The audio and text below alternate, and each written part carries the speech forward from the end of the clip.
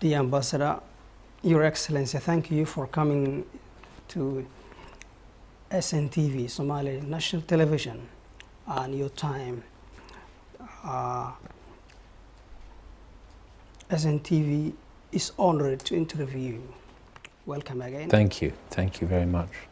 Excellency, when you come to Mogadishu, what was your thinking of Somalia, and now you have been working in Somalia? What is your assessment in overall?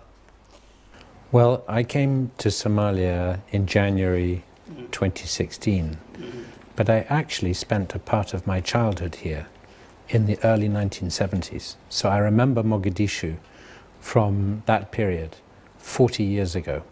I also came here in 1992 and again in 1994.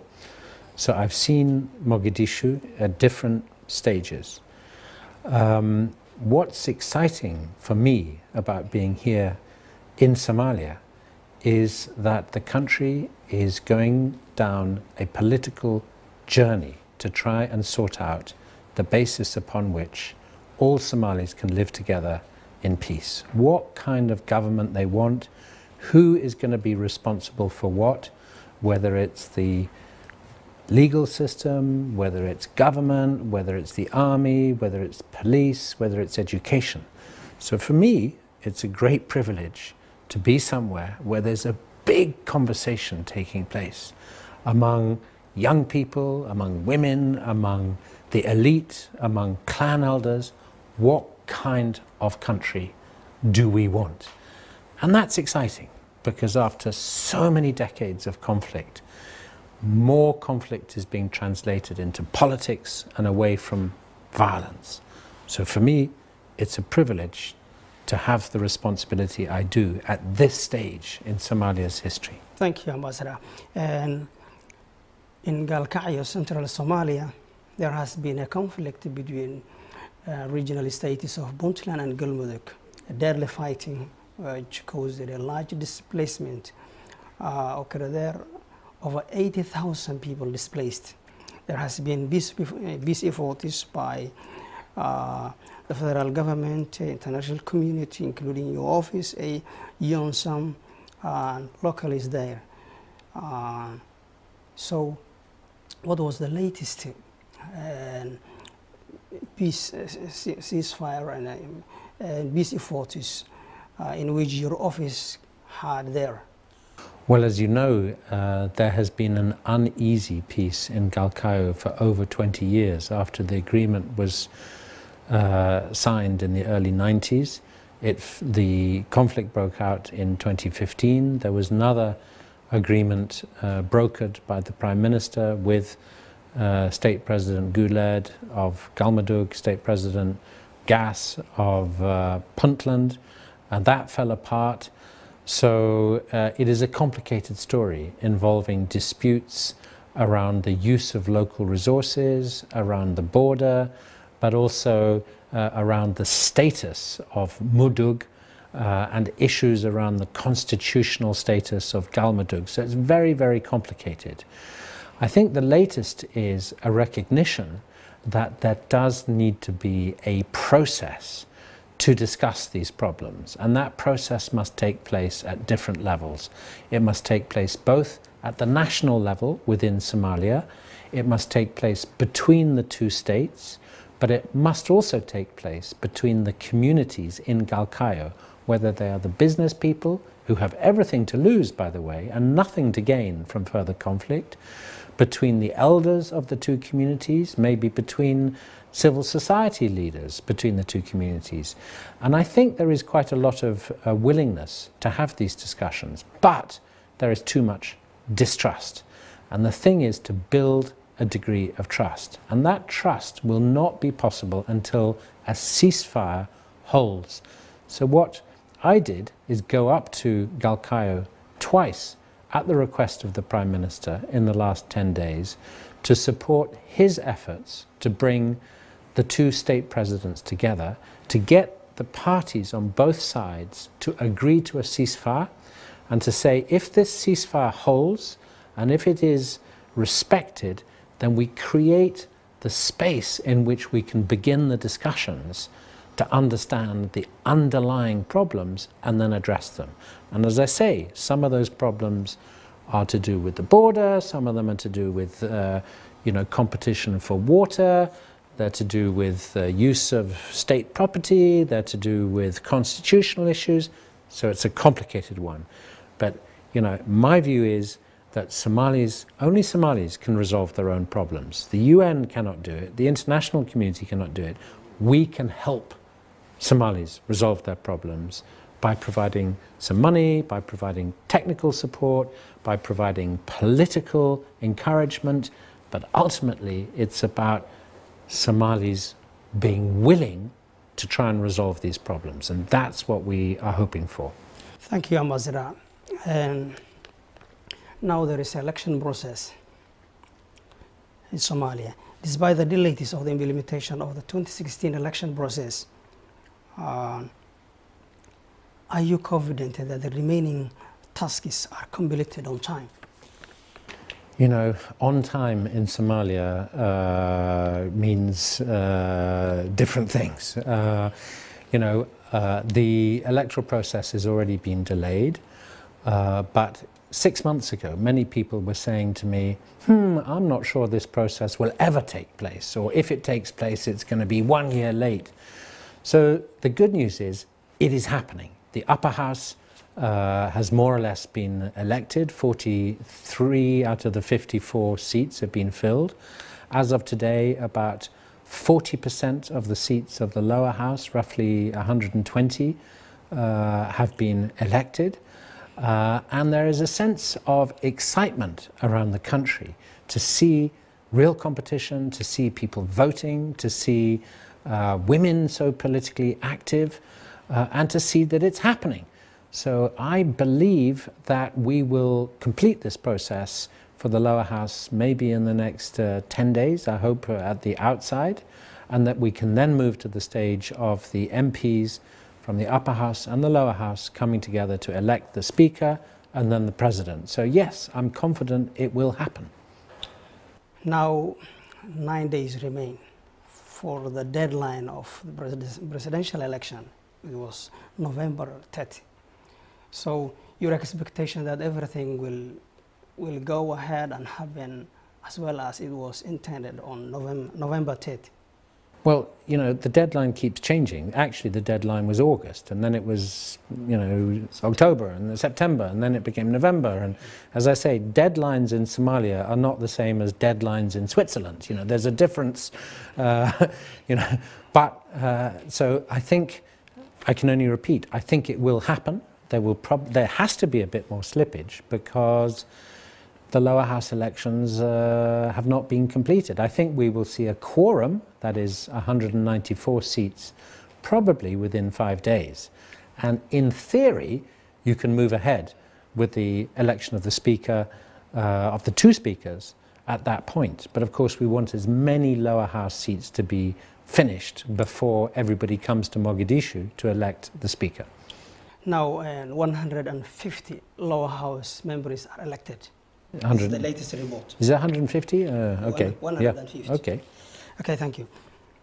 And even though there are federal and regional levels independent election committees, yet we see a very push from the international partners under your leadership. And this raises question whether the election committees are independent. How can you convince those criticize your office of interference as they see statements such as on members with a history of violence, women caught, and so on? Well, whatever we do, we're criticized. If we don't do anything, I get bombarded. Why aren't you doing more? Somalia needs a referee. International community should be telling everybody what to do. So if we get involved, everyone says, why are you interfering? Why don't you stay away? So whatever we do, we get criticized. So I just want to make a few points. Number one, this electoral model, we did not design it, the international community or the UN. This is a completely Somali model. It's unique. You think we have the imagination to design this model? This model comes from 1.5 years of political negotiation among Somalis. Every detail, the number of delegates, the number of seats, the rules of the game. Our job has been, first of all, to try and encourage everybody to stick to the schedule. Secondly, to introduce our experience from other electoral processes around the world, including the need for a code of conduct, the need for electoral bodies, the need for training, the need for a secret ballot, all these kind of things. So what we've been trying to do is support the process, but the idea that it's our process or that we designed it is frankly ridiculous. I mean, every time a new deal is struck on how it's going to be conducted, we go back to the office and say, wow, that's interesting, but it's not our model. So you make the point about the federal indirect election implementation team and its state equivalents, and of course there's also a dispute resolution body, there's also observers, there's all sorts of other bodies. You cannot conduct an electoral process unless you have institutions that can support it. And in many countries that have not been through civil war, these institutions exist. You have a voter registry, you have a court system, you have an independent electoral body that has real capacity with offices around the country. None of these things exist in Somalia. So what you, Somalis, have done in 4 months is create a mechanism that most countries take 4 years, sometimes 40 years. So you can be very critical, as we are, of all the things that can go wrong because they're easy to spot, but actually don't forget the amazing achievement in bringing these bodies together and in conducting the process in the first place. Okay, thank you. At the point of international partners promote democratic process and the will of people of Somalia. On the other point, you forcefully try to stop some individuals becoming senators of MPs, while you are aware of that everyone is not guilty until proven guilty by a court. Some people argue that this is a time Somalia needs to move on and to reconcile instead of looking back of bad history. What is your view on this? Again, because the judicial system is lacks capacity, it is difficult to prove that individuals have histories of criminality or of violence unless they are on international lists. Otherwise, it's up to the Somalis, in the absence of a strong criminal system, to decide. You, personally, do you think people who have committed massacres should be allowed to stand as an MP? That's my question to you. Many believe. Do you believe that? Many people believe that warlords or in the past have been disarmed or are out of the politics at the moment. Yeah. Since Somalia is in process of dialogue, peace talks, or in reconciliation, people say it was better to remove the earlier bad history and open a new page for being member of parliament or upper house. So to forget the wrong is just revenge. People say this. Yeah, I mean, look, this is ultimately not an international decision. This is, as I say, in the absence of legal clarity about this, this is a conversation that Somalis must have with themselves. If Somalis think somebody who in the past has committed atrocities, as long as they now have changed their attitude, they should be admitted into politics, so be it. If they say, no, too much blood, too much violence, this is unacceptable, so be it. But this is a decision that Somalis have to take, because, as I say, the criminal system does not decide these things. So it's left to the Somali public to figure these things out. But, from an international perspective, generally, the idea of having people with histories of violence, criminality, in positions of authority is not one that is deemed to be desirable. But if, for purposes of reconciliation, all Somalis feel that this is acceptable in certain circumstances, then that is, of course, to be respected. Okay, Ambassador, and we are coming closer to the end. And there is a peace talk between Somaliland and Somalia, and the search of unity again. So, what is your role to this, and what is your view towards uniting Somalis and the issue of Somaliland and Somalia? Well, you know, I think unless and until both the government of Somaliland and the government of Somalia want to have these talks, it is very difficult for outsiders, including the United Nations, to help them. If both sides want to have these talks because they see that it is in their common interest, maybe initially to talk about things they have in common, like the environment, like the drought, like overhead flights. There are so many issues that Somalilanders and the rest of Somalia have in common. So I think there's a very big agenda. There are other actors at the moment helping to try and bring the two sides together around talks. But at the moment, the UN has not been asked to play this role, and we can only do it if everybody wants us to, and there's a real wish on both sides to make it happen. Okay, Ambassador, you have been in Somalia for a lot of time and different years. Do you know Somali? Can you speak Somali language? You know, I'm ashamed to say that my Somali is terrible. It really is very, very bad. You can say good morning. I can say a few things. Yes. Hambalyo is one of the most important things to be able to say, and I would like to say that about, despite the problems with the electoral process, including, by the way, corruption and harassment and intimidation and all the things that are happening, I still think Hambalyo. It's fantastic that this process is happening. Okay, finally, what is your message? What is the message you would like to convey to Somali people who will watch you from Somali national television? My message is that a new group of people will be in the parliament. Find out from them what they're going to do for you, because that's what parliamentarians and governments are about, is serving the people. So whenever I meet a newly elected MP, I say, okay, you're in the parliament. What's your plan? What are you going to do for the people, whether it's in your clan or your region?